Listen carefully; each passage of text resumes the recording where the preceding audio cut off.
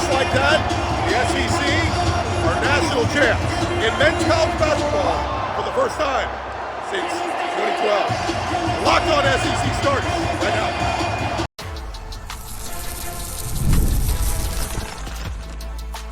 You are Locked On SEC, your daily podcast on the Southeastern Conference. Part of the Locked On Podcast Network, your team every day. And what's up, everybody? Welcome into Locked On SEC. Thank you guys so much for making us your first listen every day. Shout out to everydayers for coming and checking us out each and every day. On today's show, we're talking about the SEC winning the first national championship since 2012 in men's college basketball. It's been the one sport that has eluded them. We're going to get all into it. Of course, today's episode is brought to you by the Game Time app. Download Game Time today. And, of course, get the best prices on the best seats for any event you're going to, concerts, sporting events, whatever it is. And we got to start here, guys. Florida Gators beat the Houston Cougars 65-63. Chris Gordy here with you in San Antonio as we watched it all. And it was really a tale of two halves. In the first half, it was the Houston Cougars having their way. And, you know, it was a defensive fight for a while. And, you know, you looked up at halftime, and Florida, for as poor as they played in the first half, were only down 3. Was it 31-28? And so it was very much, okay, they have a chance still in this one, but they're going to have to do some things. And then Houston kind of looked like they were going to start pulling away at one point, you know, up 10 and, okay, is this thing over? I think even got to 12 at one point.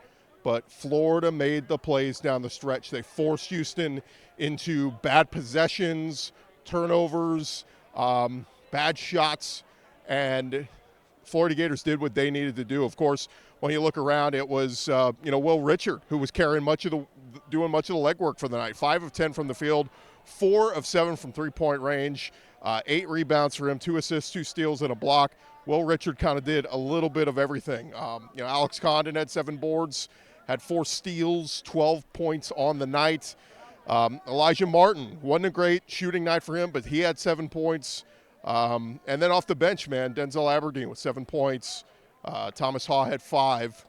But, you know, the star for Florida was very much not the star tonight. And that's Walter Clayton Jr. had a rough shooting night for much of the night. But, man, did he make a huge three when they needed the most. I think it was a little over 3 minutes to go.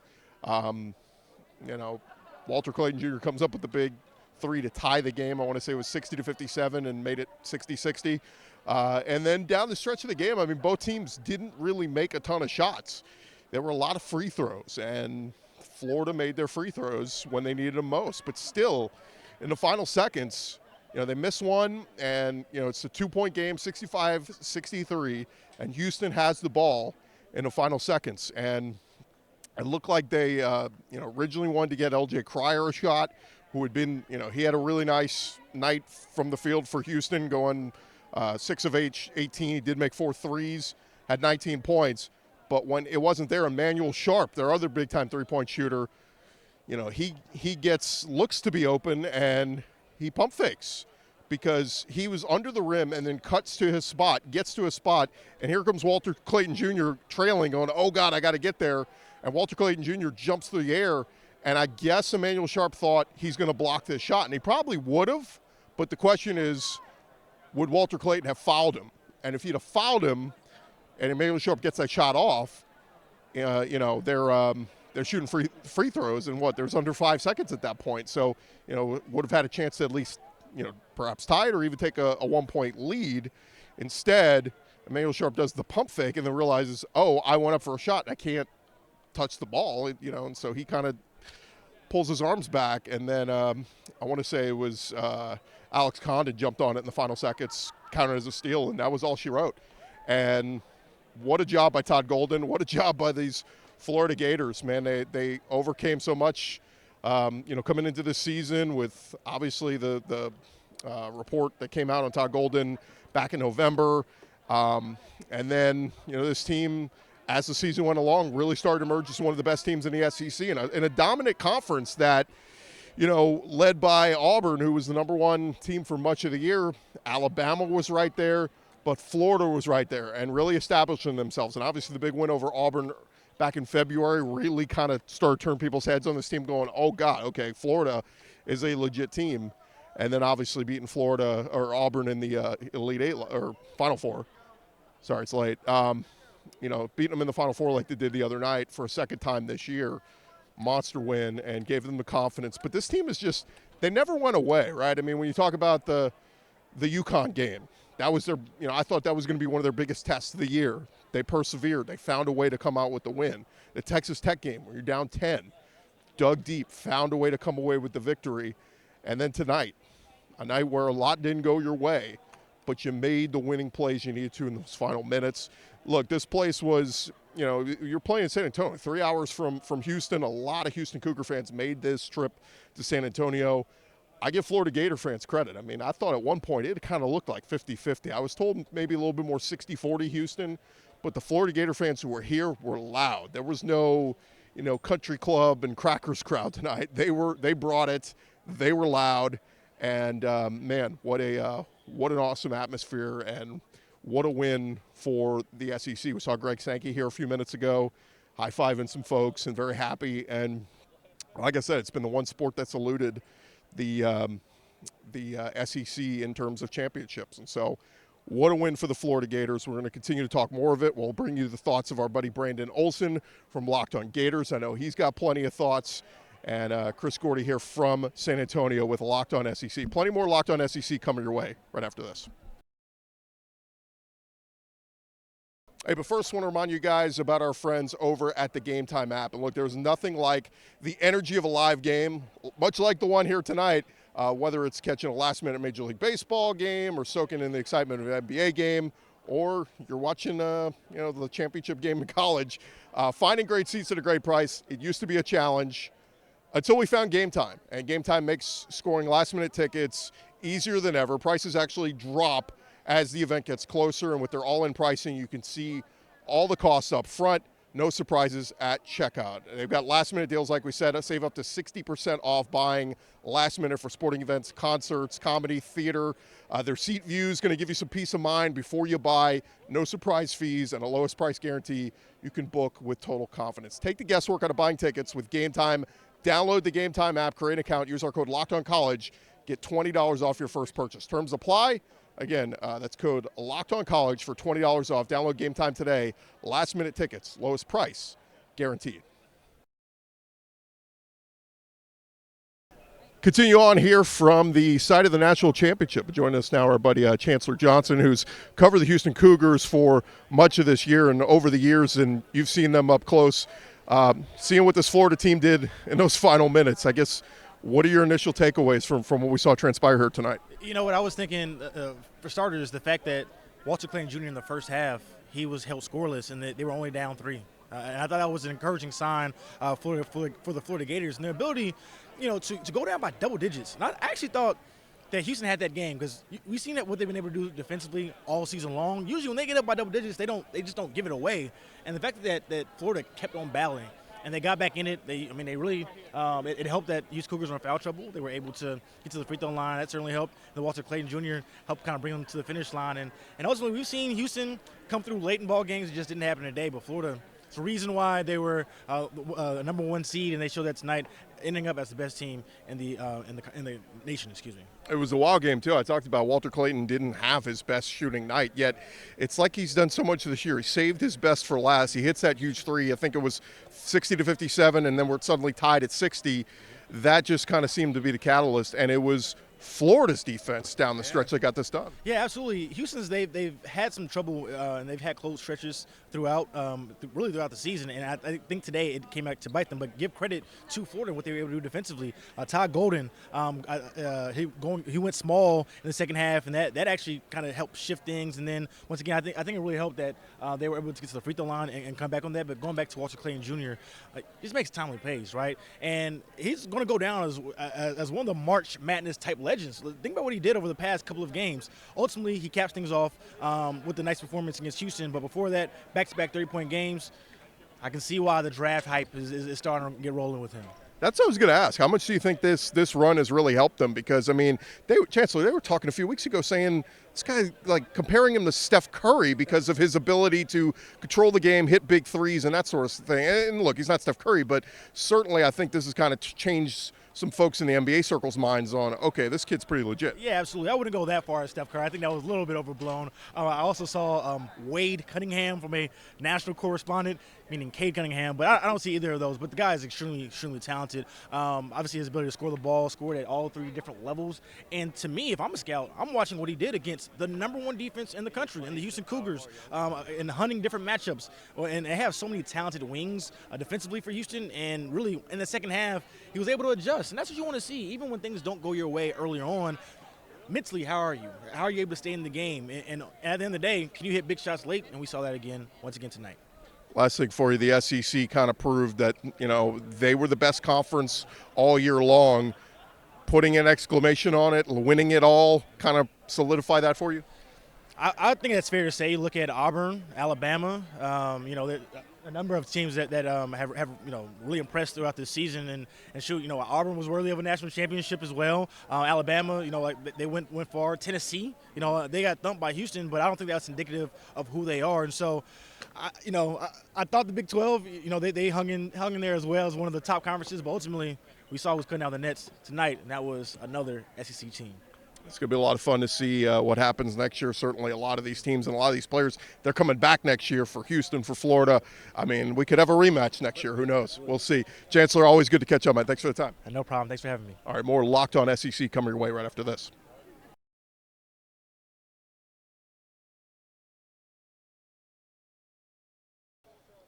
Continue on here on Locked On SEC, and wanted to give you the thoughts of our buddy Brandon Olson, host of Locked On Gators, as I'm sure nobody is as ecstatic as he is that Florida won the national championship. Here was Brandon Olson. We're national champs. We're national champions. The Florida Gators have done it. National champions. Todd Golden in year 3. National championship. That's it. We got Locked On Saints in here. Hey, I'll tell you what, if you want to come in, you can hop in. I'm just gonna say that. We got Locked On Saints in here, Ross Jackson. Hey man, this is just, there's nothing like this. There is nothing. Actually, hold on. Before we even do that, Ross probably doesn't like how I do things here with the live show. Because I am way more engaged with the chat than other people. But we've got Locked On Saints in here, who Ross Jackson, one of my best friends in the world. He's the reason that we're doing this right now, by the way. He's not the reason that the Florida Gators are national champions. That's not him. But he is the reason that I'm at Locked On. And so I love you and thank you so much for allowing me to do this, because I don't know if y'all have seen, but the Florida Gators are national champions with the rating 65-63 after incredible adjustments at the half, right? Incredible. Florida during the first half was heaving threes, hoping they'd fall. They were not hammering the paint, even though it was there. If you're part of the Insider program, which if you're not, shame on you. Shame on you. The link's in the description below. Go to joinsubtext.com/LockedOnGators. But if you're part of the Insider program, then you would know I was sending messages to the chat where I was like, hey, you got to get in the paint. They're open. It's open because every time you'd run the pick and pop or pick and roll, whatever it was, you'd go. And what happened? They would double Walter Clayton Jr. Paint's open. Paint's open there. So it would happen all the time. There it is. 944 Reanimation said UConn beat Florida. Tech beat Florida. Houston beat Florida. Not a single one of those mother truckers did. Not a single one. Because the Florida Gators are national freaking champions. That's it. That's it. I don't care. He could bitch all he wants. The Florida Gators are national champions. Can you say this one above me? Best comeback of the year? Is that what you wanted me to say? Is that what you wanted me to say? There it is. Best comeback of the year. Ed Spillane, how you doing, buddy? Man, this is just... We got 160 of you in here at 11:30 p.m. on a Monday night. And the reason that we have that is because our Florida Gators are national champions. There's no other way to put it. Our Florida Gators are the best team in the country. About 3 weeks ago, I went on Bracket Breakdown, right? Which is Locked On with Fire TV, a partnership talking about March Madness every day. And I went on the first day and I said, the Florida Gators are the best team in the country, right? Not just the best team in the SEC. The Florida Gators are the best team in the best conference because they are the best team in the country. And when I said that, there were a lot of people on air, off air that said that's crazy. I said, no, they're not. They don't have it. You know what's funny? You know what's a big similarity between all those people? Between the national pundits that we had there? Between the local pundits that we had there? All of their teams got sent home. The difference between them and me is that all their teams got sent home. And my team, my Florida Gators, are national champions because they put S on the entire country. Game in, game out. My team went out there and put the hurting on everyone. Gorilla Toes, it is great to be a Florida Gator. There we go. Love you.